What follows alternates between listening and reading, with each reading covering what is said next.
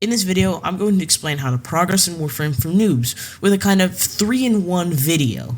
First, I'll talk about the start chart, second, mastery rank and how that works, and Nightwave. So this guide is about the main 3 ways you kind of progress in Warframe. The star chart is being the map with the missions and open worlds that you do, and being the hub of the game. You go there, you go there, you go there. Yeah, that's the star chart. The mastery ranks are basically the level of your overall account, with it having effects which will be gone over in that part of the video. Nightwave is basically the battle pass. No kidding, that's kind of basically it. Now, I am Darth Tosikos, your friendly neighborhood Sith Lord, guiding in Warframe. Anyways, if you've been watching for some time, then you subscribe. I make Warframe and Destiny 2 guide videos. It is also free, so that should be a great deal. Now, right into the star chart. Now, the star chart, which is the map of the game and the main hub of the game, as I said. The area has the missions and the open worlds. Also, there are relays, and if you notice, some you can't access, like this one on Venus. Or, well, it depends on whatever platform you're playing on. I heard on, like, consoles you can actually access it. This is due to an event that happened years ago that basically some funny spaceship nuked the relay. You can find probably recordings on this somewhere on YouTube, just anywhere in existence. Okay, so you first start at Earth, which for some reason is all forest, ending at Cambria, which is a spy mission. There is a junction. A junction has a boss fight. Fight a specter of a warframe, this junction, and particularly the Venus junction. You fight a rhino specter. Completing the junction gets you rewards from the junction and access to the next planet. Now, this is how you get to move to each planet in the star chart. Now, boss fights are a thing you'll encounter on every planet. Most give warframes. Like, 2 of them give you things that are not warframes is Boar and the Zealot Prolate. Venus gives you the Rhino warframe parts from the Jackal fight. This warframe got the certification of being a tank. Now, Mercury, after you complete the Mercury Junction, get access to the relay, which now has a boss fight. Mercury is Captain Vor, and gives you some access to some weapons that are good for beginning of the game. After you complete Mercury, you can get to Mars. Boss here on Mars is Lieutenant Krill. He gives you the Excalibur Warframe parts. Now, another thing about Mars, it has not a relay, but Maru's Bazaar. This is where you can trade with other players and do a mission each week where you can get a free Iton statue. And you can slot Iton statues with Iton stars, and you can get tons of endo from them. There's 3 ways you can go after Mars. Deimos, which leads into the Heart of Deimos storyline, giving you the necklace and other Deimos oddities that I won't spoil. That should be more later, because it is pretty difficult. But if you want to go for it, go for it. But I wouldn't suggest it. The other junction is leading to Phobos, and one leading to Ceres. The Phobos junction is the one you have to do first. Now, requirements for Cephalon fragments is one thing that is eensy-beensy kind of difficult.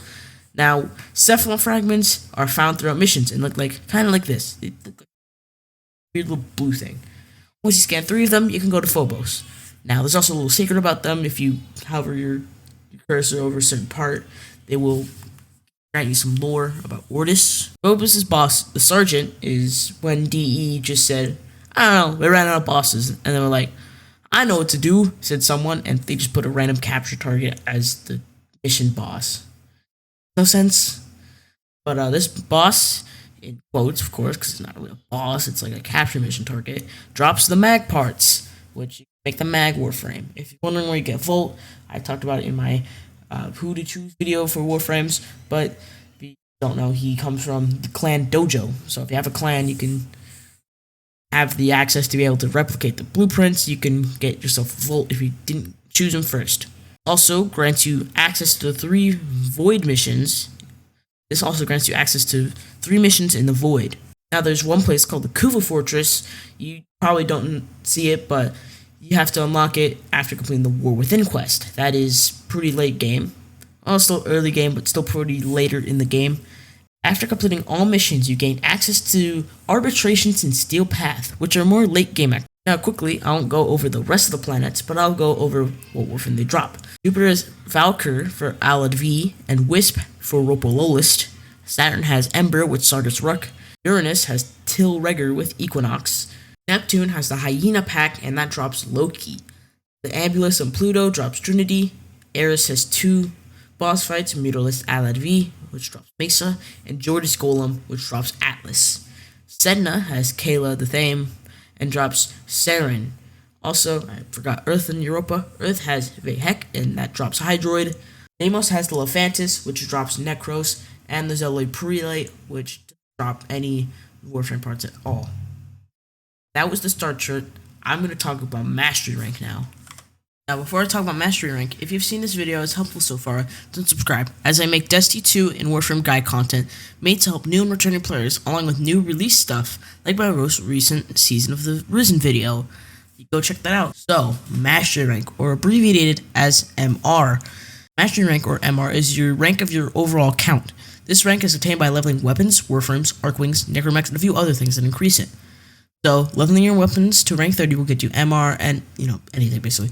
You can level up your weapons you're never going to use just to get the max rank on that weapon and delete it. Adding a forma to a weapon won't give you more MR points. Now, I wouldn't say necessarily delete warframes and arcwings and necromechs that you're not going to use, but for warframes, if you have the helmet segment, which is very later in the game, so you should probably keep your warframes, you can get the helmet room, which you can subsume warframes and put their abilities into other warframes. You run out of slots, Nightwave at certain levels has slots, and you can just buy them for plat. I'm going to go more in depth on how MR works with leveling gear. So, ranking weapons, you have Zaws, which are custom-made player weapons from Cetus, Amps, which is a later thing. They're also custom-made from the player.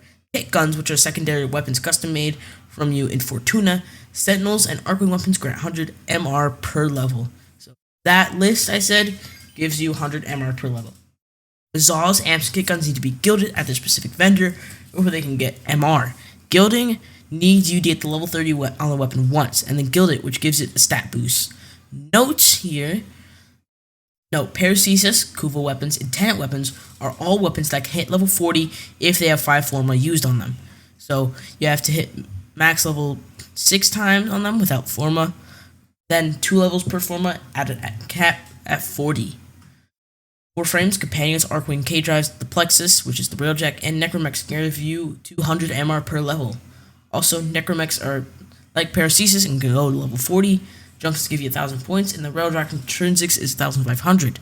That was a very brief thing about MR, and now here's a chart to see what you get for every single MR rank. The MR. Now we're going to go to Nightwave. So, like I said earlier, Nightwave is basically the battle pass for Warframe.